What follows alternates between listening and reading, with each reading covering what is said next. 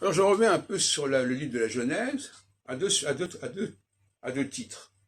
D'une part, les premiers passages, les premiers versets du chapitre 1, et d'autre part, la tour de Babel.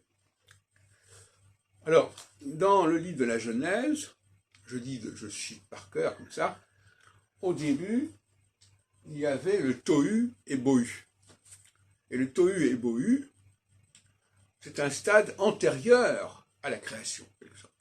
Parce que la création vient mettre fin à ce Tohu Bohu.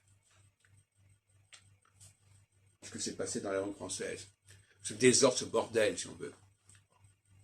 Donc, on passe de la phase équinoxiale à la phase solsticiale. En ce qui concerne la tour de Babel, c'est l'inverse.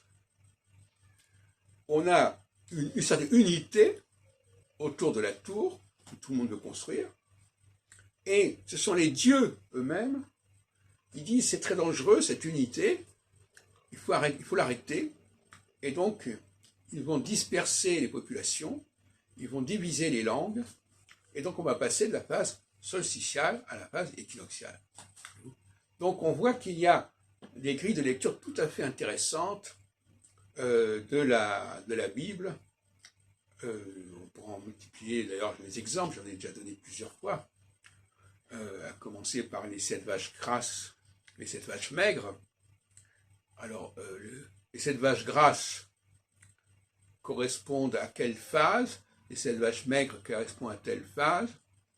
Je vous laisse réfléchir à ce sujet. Toujours est-il que dans les deux cas, on nous dit, l'interprétation de Joseph nous dit, ça veut dire 2 périodes de 7 ans. Et donc ça, franchement, on ne peut pas être plus saturnien que ça.